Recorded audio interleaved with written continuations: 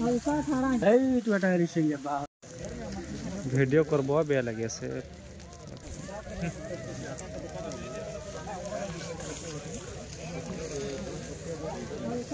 ধৰক দীৰ্ঘদিন ধৰি আমাৰ আজি আগৰ পৰাই তামোল গছ কটা বা আমাৰ আজি আমাৰ গাঁৱৰ তেনেকুৱা আজি 6 নম্বৰলৈকে ঘটনা হৈ গ'ল তাৰ বিষয়ে আমি বহুতো সহায় সহযোগিতা নাপালোঁ আমি আজি এপছৰ জৰিয়তে আমি একবাৰ আলোচনা বহিছিলোঁ তাৰ যোগেদি আমি তেনেকুৱা ধৰক গাঁও ওচৰ চুবুৰীয়ালৈ বহিছিলোঁ তেনেকুৱা আমি ধৰক এপছৰ সহায়ত অলপ পাইছোঁ তেনেকুৱা মানে যোনটো আমাৰ দুখৰ বিষয় সেই বস্তুটো আমি সমালোচনা কৰিব পৰা নাই এতিয়ালৈকে তো দুৰ্গেশে ধৰিব পৰা নাই আমাৰ ধৰক 3বাৰ তামোল গছ 1300ডাল ধ্বংস কৰিছে তাৰপিছত আমাৰ এই ছট পূজা ঘাটৰ লাইট বাল্ব কিবা তাৰ তেনেকুৱা চুৰ কৰিছে আৰু আমাৰ